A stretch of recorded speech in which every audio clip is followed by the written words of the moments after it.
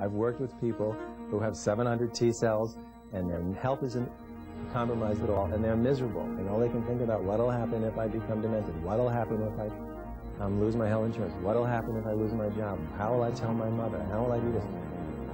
And life is totally cheated. The most important thing is I feel some hope. I feel like it's not a death sentence, because that's what I felt I had until I started doing this on my own. And probably the thing that makes me the most angry is that my doctor still denies that this can work. I would say the quality of my life is better today than it was 10 years ago. I think I'm more focused. I have more energy. I see more purpose to my life. I don't really get depressed a lot. There is one thing that I want the whole world to realize, that HIV is not, and AIDS, a death sentence. I am living proof of that. And there are many, many, many friends of mine and a whole subculture of us that are just fine with no T cells. So it is not a death sentence. It is one door closing and a window opening. I'm Gary Null.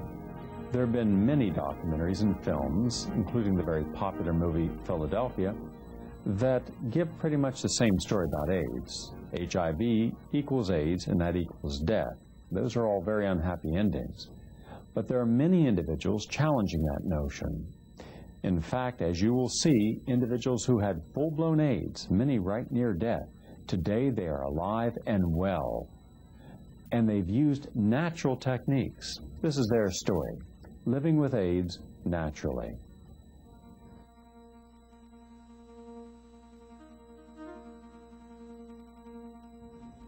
One can only imagine the horror of getting a test result that says that you're now HIV positive. For most, they would equate that with AIDS and a death sentence, but not everyone. For many, the HIV positive test has taken them on a unique journey, a hero's journey, overcoming obstacles, as you will see, with a very unique perspective. In 1988, I was first diagnosed with the HIV virus, and by 1989, August, I collapsed at work. I'll never forget that day. Taken to the hospital, etc., to find out that my immune system was on a downward slide. By 1990, I had a cough that had gotten bad enough that I was coughing up blood. Had KS lesion on my thigh, in my mouth, down my throat, hairy leukoplakia, etc. And the doctors were telling me, based upon that, especially from the cough, that I would be dead probably within a year. In February of 1990, I was diagnosed as being HIV positive in Hackensack, in a clinic in Hackensack. The clinician was very cold about telling me this. I really didn't hear what the implications were. I just thought I was going to die. The doctor called me, says, I have bad news, and I says, I thought my lover was infected. And they said, no, you are. So that was kind of a shock. I was always tired. I didn't know what was going on. I have Epstein-Barr virus, and I have hepatitis A, B, and C, and every other thing. There's so many stages to this, you know. The onset of diagnosis is depression, there's anger, there's hatred, fear. Why me? How could this happen to me? And what happens is, you know, your disease becomes bigger than you are. And then you're in trouble because you start watching AIDS movies and reading AIDS books, and your negative friends don't want to deal with you anymore because it's now consumed your life, AIDS. Found out about a year ago that I was HIV positive.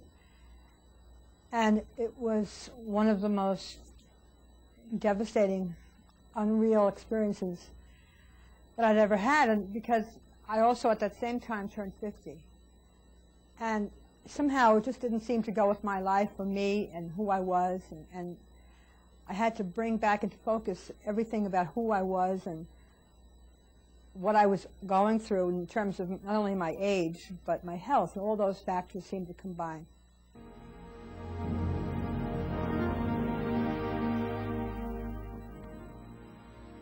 I know a minister in Texas who's continually being harassed just for running a home where people have AIDS. And People with HIV, they go to a church picnic in Ohio, we're told, don't bring any food to the picnic unless it's cellophane wrapped, and we want to make sure the cellophane is on it when you show up. And so the hostility that exists in our culture towards people with this virus is for many of us in these urban areas, we're quite protected, but out in the nation at large, it's a very difficult situation. The fact is that there are those of us that now can't get life insurance, can't get mortgage insurance, are being discriminated against because of the fact that we were diagnosed as having a disease and we could live now for 50, 60, 70 more years, but because of the fact that maybe we went out on disability or whatever, we were diagnosed as having that disease, we cannot do anything about it. I can't get a mortgage because of it. I'm colonized with a Pseudomonas, and I've had this for about 15 years, way before the HIV.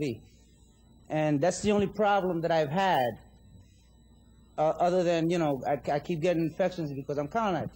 And just recently, when the CDC expanded the definition of AIDS, now I have AIDS. You know, you know, and meanwhile, I've been dealing with this for like 15 years. I'm a retired chef. I lost my job because of my disease. I don't even want to say disease, because of my illness. My lover didn't want me anymore. I lived very, very well. I lost my job, my lover. I had to move. I moved twice in 6 months. I found a woman and spent some time with her, and she tested positive after me, and we split up because of that, and I lived on West Harlem.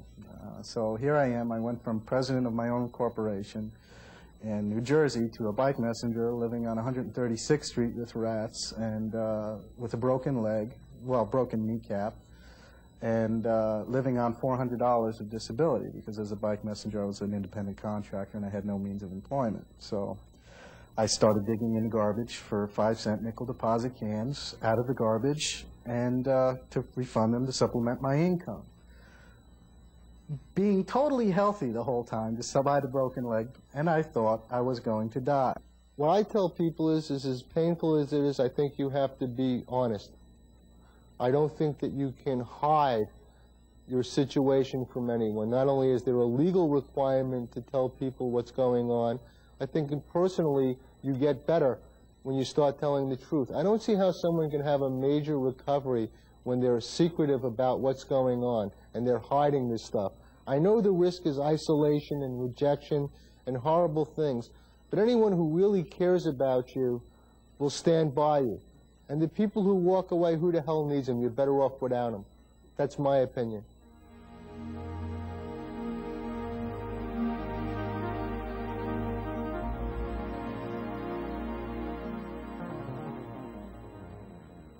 I was referred to a doctor who advised me to go on AZT immediately because if he could keep me alive for 3 years, he almost was guaranteeing me that there would be a vaccine. I did go on the medication. I had no side effects. I handled it well, but I just was something my body was telling me not to take it. Don't take it. It wasn't political. It wasn't anything that I read. It was just a feeling that I had. And I did discontinue taking the medication. And my T cells remain up there in around the 1,500 range. Upon my first diagnosis, I was given a prescription of 1,200 milligrams a day of AZT, which now, by the way, we realize causes horrendous things to the body. And that was it. So I did the nucleoside run, did everything they tell me to do. Everything made me very, very ill. Now, when I first got to the doctor, I really wasn't that sick. Then I started getting sick, and I said, well, this cannot be right. My body does not want this. When I first was diagnosed, the doctors were like, well, I want to put you on AZT. And I said, no, I don't want to do that. I want to live my life. I don't want to die. And I feel like I've made the right decision.